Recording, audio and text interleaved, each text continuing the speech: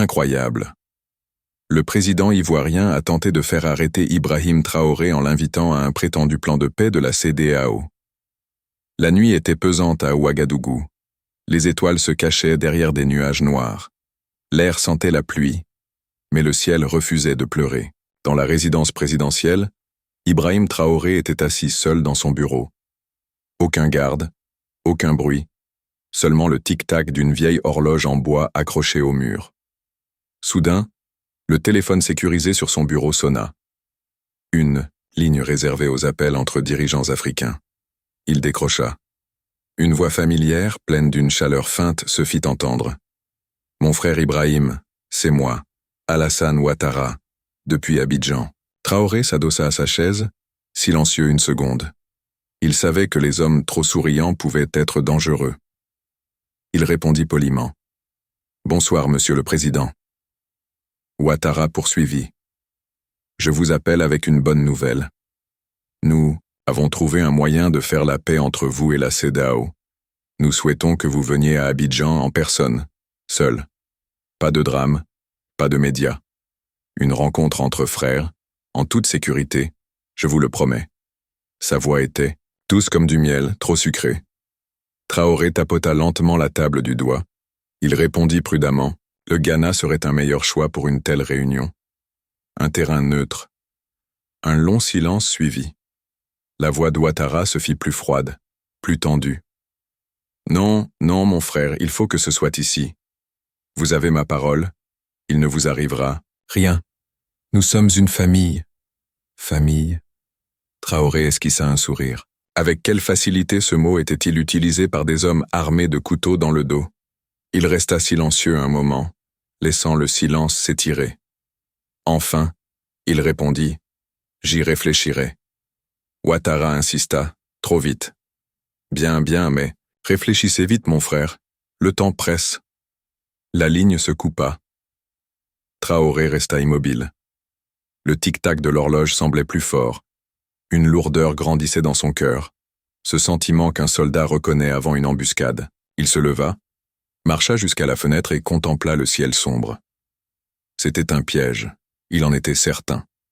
Mais il avait déjà vu les dents du lion cachées dans les hautes herbes.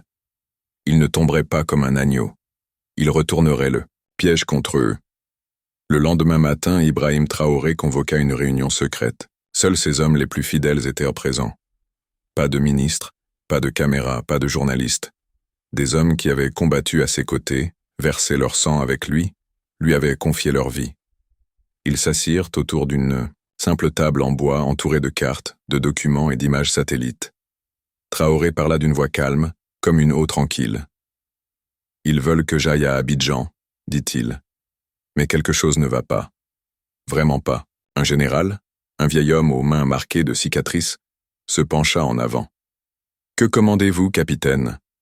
demanda-t-il, utilisant son ancien titre des jours de combat. Les yeux de Traoré étaient perçants. « Nous découvrirons la vérité, » dit-il. « Pas d'erreur, pas de supposition. Je veux savoir qui m'appelle vraiment dans cette ville. » Cet après-midi-là, ses meilleures équipes de renseignement se mirent en mouvement, silencieuses comme des chasseurs dans la forêt. À Abidjan, des réunions secrètes se tenaient à huis clos. Les hommes d'Ouattara étaient occupés, mais pas avec des plans de paix. Ils rencontraient des agents occidentaux, des conseillers français, des officiers américains, des hommes en costumes impeccables au cœur corrompu. L'argent circulait. Des accords étaient signés. Le véritable plan était simple. Si Traoré posait le pied sur le sol ivoirien, il n'en sortirait jamais vivant. Une arrestation à l'aéroport était prévue, officiellement pour des crimes contre la démocratie. Mais en coulisses, des ordres plus sombres circulaient. Si Traoré résistait, il serait neutralisé, un euphémisme pour assassinat. En échange, Ouattara recevrait le soutien total de Paris et de Washington. Prêt, aide militaire, protection contre tout soulèvement. Les hommes de Traoré découvrirent tout. Photographies, enregistrements, documents confidentiels, des preuves, solides comme l'acier. Ce soir-là, de retour à Ouagadougou, Traoré écouta le rapport en silence, parfaitement immobile. Seuls ses yeux brûlaient d'un feu inextinguible. Un jeune officier frappa du poing sur la table. Ce sont des traîtres, capitaine. Ils ont vendu l'Afrique pour des pièces, mais Traoré leva la main. Calme, dit-il. Nous ne crierons pas. Nous ne hurlerons pas. Pas encore. Il se leva lentement. Demain, j'appellerai Ouattara à nouveau. Et, cette fois, un sourire froid effleura ses lèvres. Il montrera son vrai visage. La pièce devint silencieuse. Dehors, la nuit n'était plus noire. Elle était rouge, brûlante d'une tempête imminente. Le lendemain soir, après le coucher du soleil, Traoré était à nouveau seul dans son bureau. Le monde extérieur était calme, trop calme, comme l'instant avant un coup de feu. Il prit le téléphone sécurisé et composa le numéro de la présidence ivoirienne.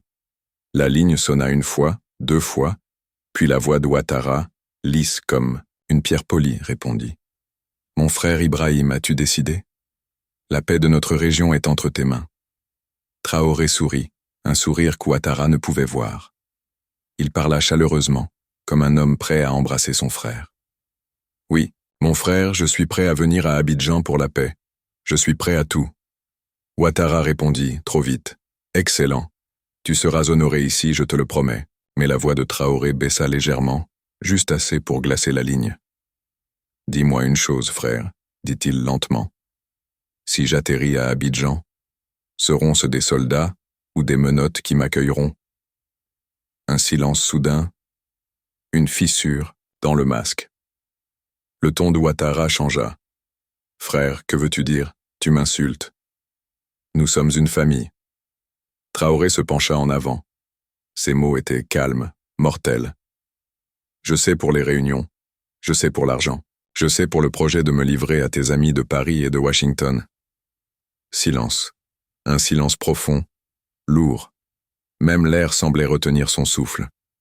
Ouattara parla enfin, sa voix tremblante, brisée. « Je n'avais pas le choix. Ils sont trop puissants.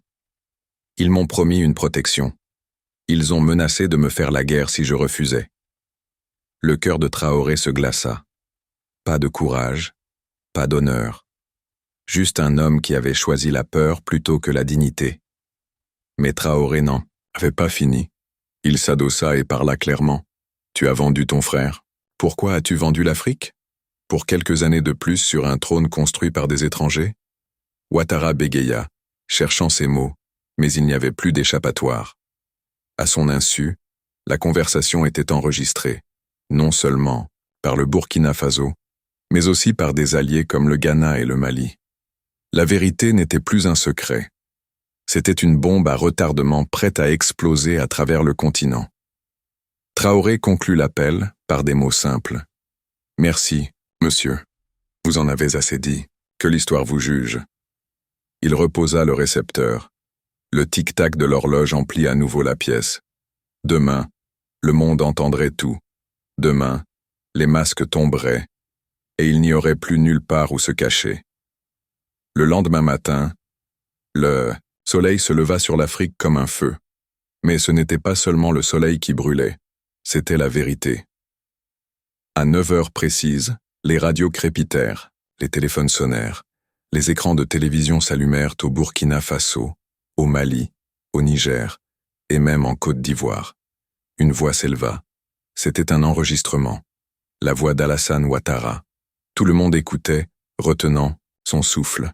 « Je n'avais pas le choix, » disait Ouattara, la voix tremblante. « Ils m'ont promis une protection.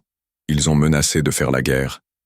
Ils ont exigé que je leur livre Ibrahim Traoré. » Les mots résonnèrent comme le tonnerre. Les rues d'Ouagadougou explosèrent de cris, non de peur, mais de colère, de fierté, d'un feu inextinguible. Hommes et femmes coururent dans les rues, agitant des drapeaux. Les vendeurs abandonnèrent leurs étals pour rejoindre la foule. Des jeunes grimpèrent sur des voitures, brandissant des pancartes.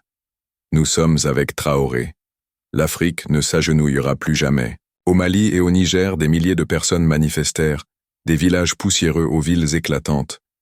Le cri était le même. « À bas les traîtres, à bas les marionnettes. » Même en Côte d'Ivoire, étudiants, travailleurs et soldats murmurèrent la nouvelle. Le charme était rompu, la trahison exposée aux yeux de tous. Ouattara tenta d'abord d'envoyer des ministres mentir, déformer la vérité, mais l'enregistrement était clair. Aucune parole ne pouvait effacer ce que chacun avait entendu. À Paris et à Washington, le silence, puis la colère, puis la peur. Le plan avait échoué. Pire, il avait réveillé quelque chose d'incontrôlable, un peuple africain qui n'était plus aveugle, qui ne s'inclinait plus. À Ouagadougou, Ibrahim Traoré se tenait devant une foule immense rassemblée devant le palais présidentiel. Pas de barrière, pas de voiture blindée, juste un homme parmi son peuple. Il leva la main, et la foule se tut. Sa voix était forte, empreinte d'émotion. « Ils ont essayé de capturer mon corps, déclara-t-il, mais ils ont libéré vos esprits. » La foule rugit. « Ils m'ont offert des chaînes en secret, poursuivit-il. Mais aujourd'hui, sous le soleil, nous forgeons une nouvelle Afrique. Une Afrique qui ne sera plus gouvernée par la peur. » Des larmes coulaient sur les visages des vieux guerriers et des jeunes garçons. Les mères soulevaient leurs bébés, comme pour les montrer au ciel. Traoré leva le poing. « Vive le Burkina Faso! Vive la dignité africaine !» Le rugissement fit trembler le sol. Mais à Abidjan, dans un bureau froid et sombre, Alassane Ouattara était assis seul, entouré d'hommes qui ne le regardaient plus avec respect, mais avec dégoût, et bientôt, peut-être, avec des menottes. Les jours passèrent, mais le feu dans le cœur du peuple ne fit que grandir. En Afrique de l'Ouest, la trahison d'Ouattara devint la honte d'une génération. Personne ne pouvait plus le défendre, ni les Français, ni les Américains, ni même son propre peuple. Des manifestations éclatèrent à Abidjan. Les jeunes Ivoiriens descendirent dans les rues, brandissant des pancartes. Ouattara, esclave de l'Occident. L'Afrique n'est pas à vendre. La police tenta de les repousser, mais il y avait trop de mères, d'étudiants, de vieillards, tous chantant des chansons de Sankara, Lumumba, Nkrumah. Pendant ce temps, au Burkina Faso, Traoré ne fêtait pas. Il se préparait. Il convoqua un sommet de l'Alliance des États du Sahel. Burkina Faso, Mali, Niger. Pas de CEDEAO, pas de France, pas d'Amérique, juste des fils d'Afrique. Ils se réunirent dans une salle simple, sans chaises dorées ni tapis rouge, juste des dirigeants, assis comme des frères. Traoré se leva et parla. « Nous avons appris une leçon importante, dit-il. L'ennemi ne vient pas toujours avec des armes. Parfois, il vient avec une poignée de main. » La pièce était suspendue à ces mots. À partir d'aujourd'hui, plus d'accords, secrets avec des maîtres étrangers.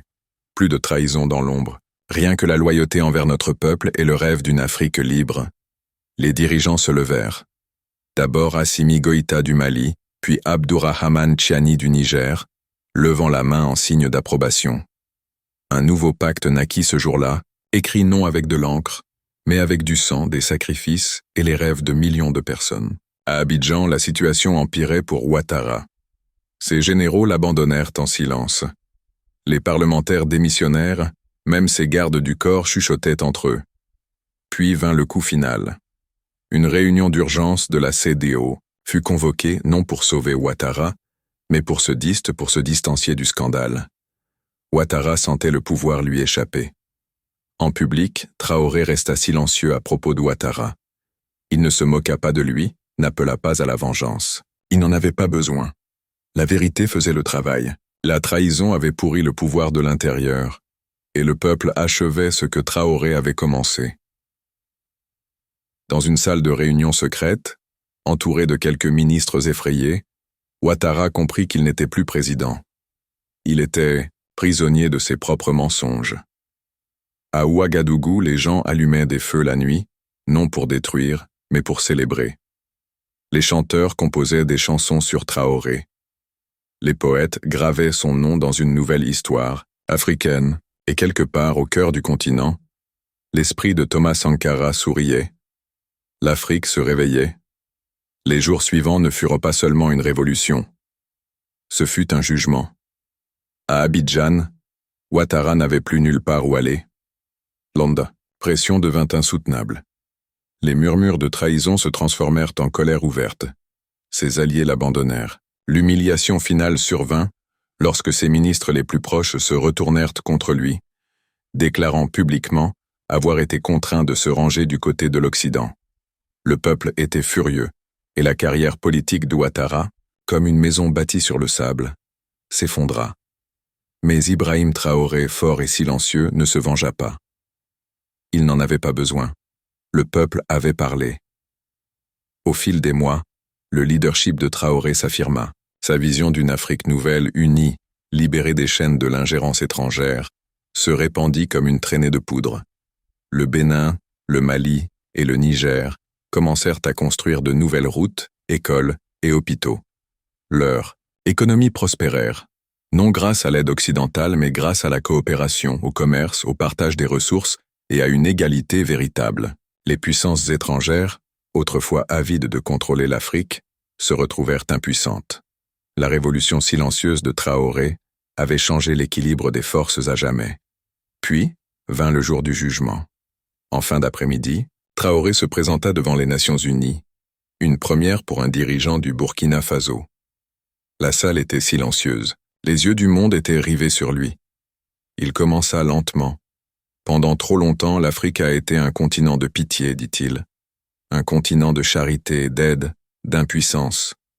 On nous a dicté quoi faire, comment vivre, quoi penser. La salle restait immobile.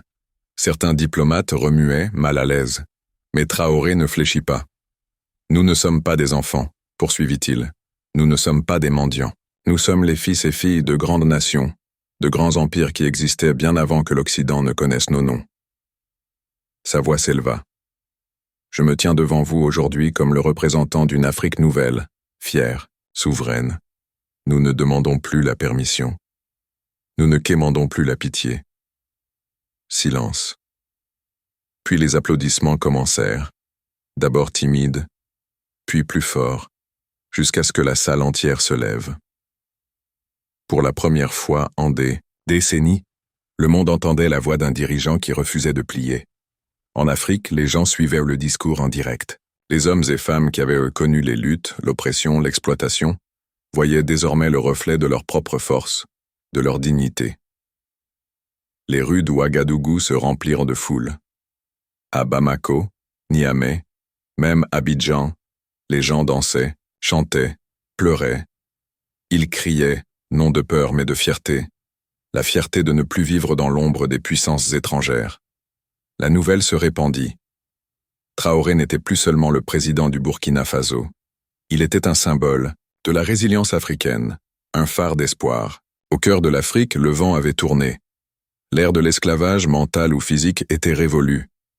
L'Afrique était éveillée, libre. Et Ibrahim Traoré était la preuve vivante que la puissance d'un peuple uni dans la dignité et la force ne pouvait être brisée. Si cette vidéo vous a touché, n'oubliez pas de liker et de vous abonner pour ne rien manquer. Et surtout, dites-moi en commentaire ce que vous en pensez.